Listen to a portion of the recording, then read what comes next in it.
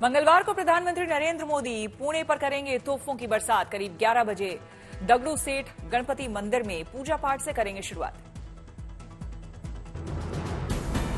मंगलवार को पुणे को मिलेगी मेट्रो की सौगात। प्रधानमंत्री नरेंद्र मोदी दिखाएंगे हरी झंडी। कई विकास परियोजनाओं की रखेंगे आधारशिला।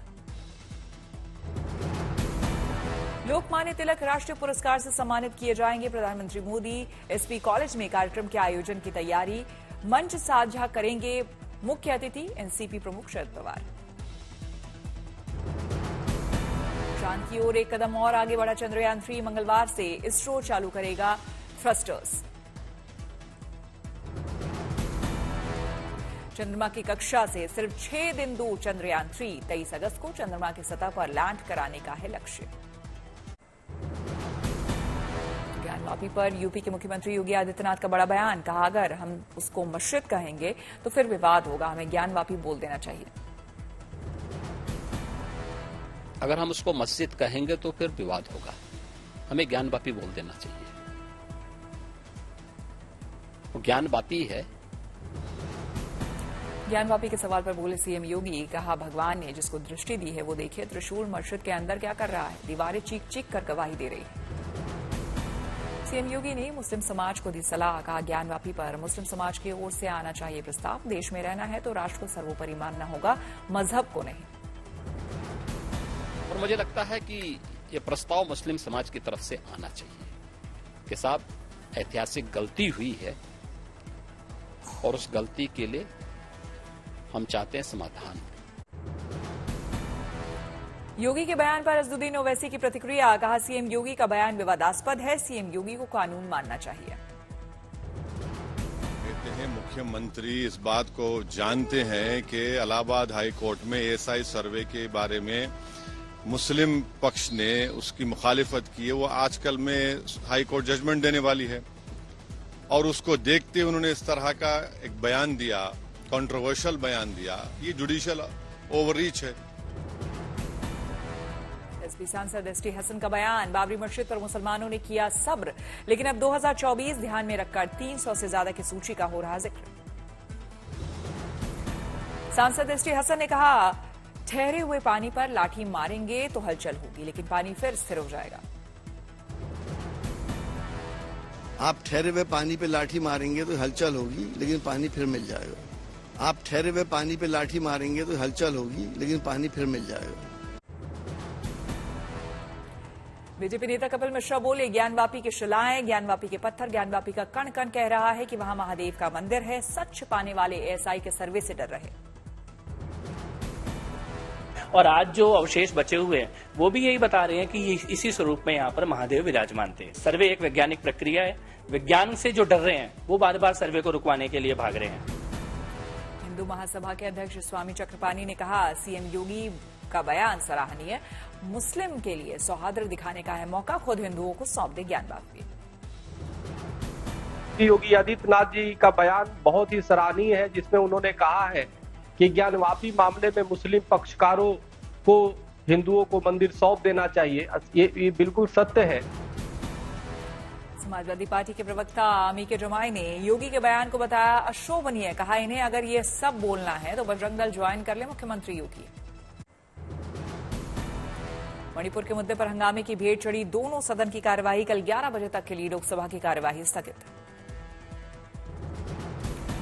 राज्यसभा में विपक्षी सांसदों की नारेबाजी के बीच बोले केंद्रीय मंत्री पीयूष गोयल, सरकार मणिपुर पर सदन में चाहती है चर्चा। विपक्ष सदन के 9 दिन कर चुका बर्बाद। पूरा सदन इस बात से सहमत है कार्रवाई शुरू की जाए और आज दोपहर को 2 बजे मणिपुर के ऊपर चर्चा शुरू की जाए। राज्यसभा में नेता विपक्ष मल्लिकार्जुन खड़गे बोले, 9 दिनों से मणिपुर पर पीएम मोदी के बयान की मांग कर रहा विपक्ष, लेकिन मांग की जा रही अनसुनी। The 9th or 10th day, continuously all India party, they are giving notices to discuss it. Manipur पर सुप्रीम कोर्ट ने केंद्र और राज्य से मांगा जवाब। एफआईआर जांच के लिए उठाए गए कदम और पुनर्वास को लेकर मांगी जानकारी। अब मंगलवार को होगी सुनवाई। मणिपुर मामले में सरकार ने विपक्ष पर साधा निशाना। वित्त मंत्री निर्मला सीतारमण ने पूछा, बहस से क्यों भाग रहा विपक्ष। कांग्रेस ने मणिपुर पर केंद्र सरकार को घेरा। रणदीप सुरजेवाला ने पूछा, अब तक राज्य सरकार को क्यों नहीं किया गया बर्खास्त। राष्ट्रपति द्रौपदी मुर्मू से मुलाकात करेंगे मणिपुर से लौटे विपक्षी गठबंधन इंडिया के 21 सांसद। कांग्रेस अध्यक्ष मल्लिकार्जुन खड़गे भी रहेंगे मौजूद। राज्यसभा में लगातार हंगामे के बाद कार्रवाई 2 बार करनी पड़ी स्थगित। पीएम के बयान पर अड़े रहे विपक्षी सांसद। संसदीय कार्य मंत्री प्रहलाद जोशी ने कहा, सरकार बहस के लिए तैयार। विपक्ष को सदन में संवेदनशीलता से करनी चाहिए बात। लोकसभा में मंगलवार को पेश किया जा सकता है दिल्ली सेवा बिल। हंगामे की वजह से नहीं पेश किया जा सका बिल। दिल्ली में अधिकारियों के ट्रांसफर पोस्टिंग से जुड़ा है दिल्ली बिल। सूत्रों के मुताबिक गृहमंत्री शाह लोकसभा में बिल पेश कर सकते हैं। दिल्ली सर्विसेज से जुड़े बिल टेबल होने की खबरों के बीच केजरीवाल ने एलजी विनय सक्सेना से की मुलाकात। 40 मिनट चली मीटिंग। दिल्ली बिल को विपक्षी गठबंधन इंडिया के लिए माना जा रहा पहली अग्नि परीक्षा। केजरीवाल से कांग्रेस कर चुकी है दिल्ली बिल के विरोध का वादा। दिल्ली एमसीडी सदन की बैठक में आप और बीजेपी पार्षद आमने सामने। मणिपुर हिंसा को लेकर हंगामा। एमसीडी सदन की बैठक में बीजेपी और आम आदमी पार्टी के सदस्यों में नोकझोंक के साथ मारपीट की नौबत आई। कुछ सदस्यों ने किया बीच बचाव।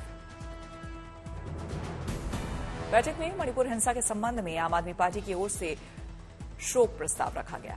बीजेपी सदस्यों ने किया विरोध। बीजेपी सदस्यों ने केजरीवाल को विभिन्न मामले में झूठा साबित करने की तख्तियां लहराई। जमकर किया हंगामा। यमुना में बाढ़ को लेकर आप और बीजेपी पार्षद आमने सामने। दोनों ने एक दूसरे में बाढ़ को लेकर लगाया आरोप।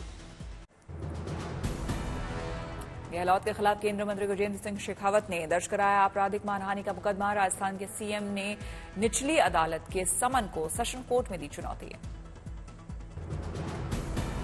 लालू परिवार की 6 करोड़ की संपत्ति जब्त। नौकरी के बदले जमीन मामले में प्रवर्तन निदेशालय का एक्शन। लालू परिवार की 6 करोड़ की संपत्ति जब्त होने पर आरजेडी बौखलाई। कहा, विपक्षी दलों को प्रभावित करने की प्रतिबद्धता।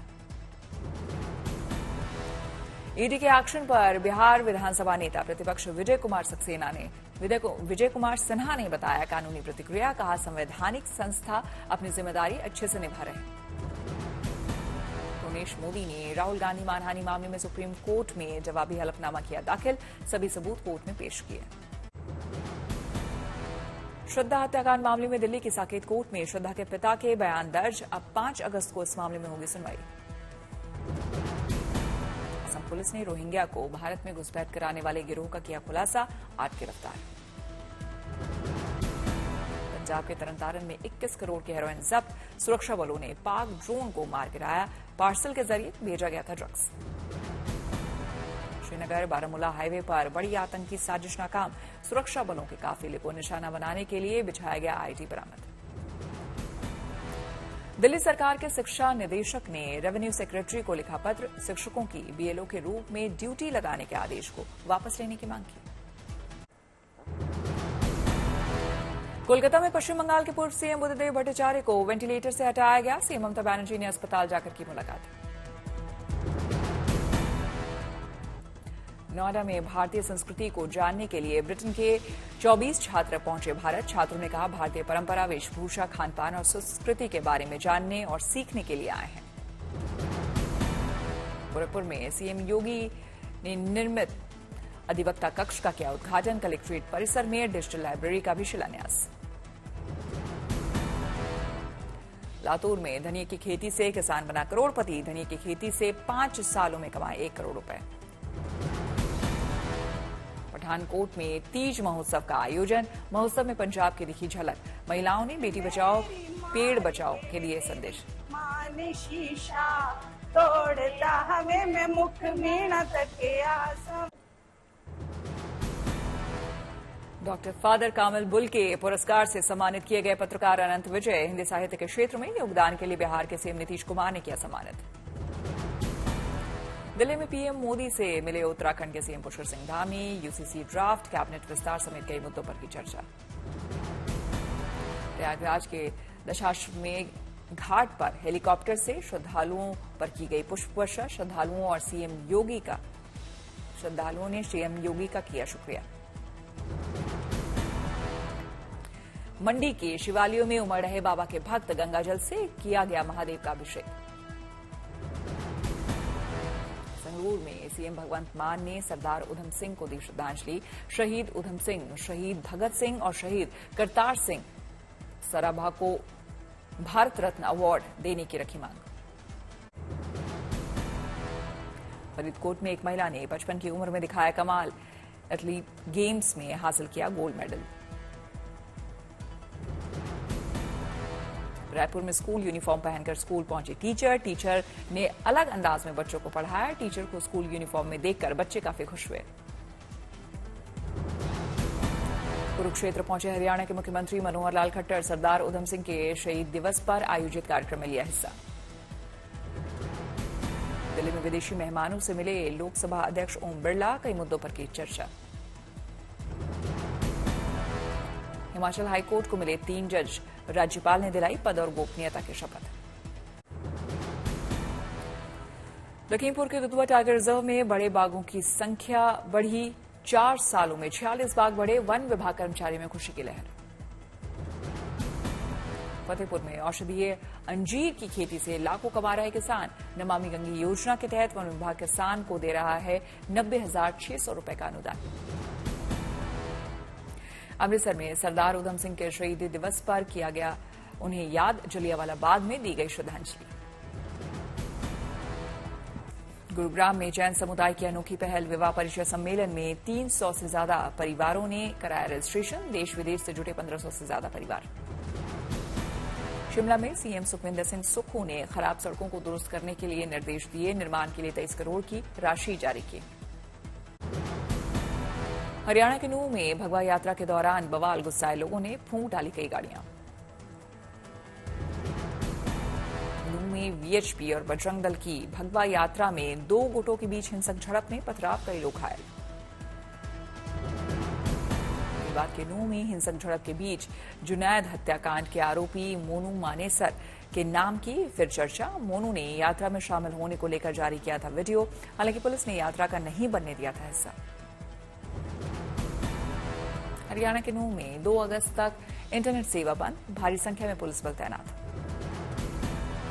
के बाद सोहना में भी 2 समुदाय के बीच जमकर पथराव, 2 घायल, कई गाड़ियों को आग के हवाले किया। उत्तराखंड में भारी बारिश की आशंका, मौसम विभाग ने कई जिलों में जारी किया येलो अलर्ट। हिमाचल प्रदेश के ऊपरी इलाकों में भारी बारिश से हालत खराब, रामपुर में भारी बारिश से कई घरों को नुकसान पहुंचा।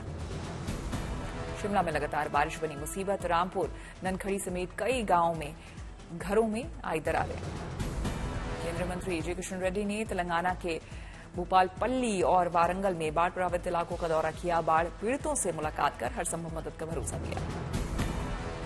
संगरूर में घग्गर नदी में आई बाढ़, किसानों की 45,000 एकड़ फसल बर्बाद। अथॉरिटी फॉर एडवांस रूलिंग्स ने हॉस्टल और पीजी के किराए पर 12% जीएसटी लगाने का आदेश दिया। महंगाई से परेशान लोगों के लिए अब हॉस्टल और पीजी का जीएसटी बनेगा नई मुसीबत। स्टैंडर्ड चार्टर्ड बैंक ने दावा किया है कि भारत एक उच्च मध्य आय वाला देश बनने के लिए तैयार। 2030 तक भारत की प्रति व्यक्ति आय $4,000 होने का लगाया अनुमान।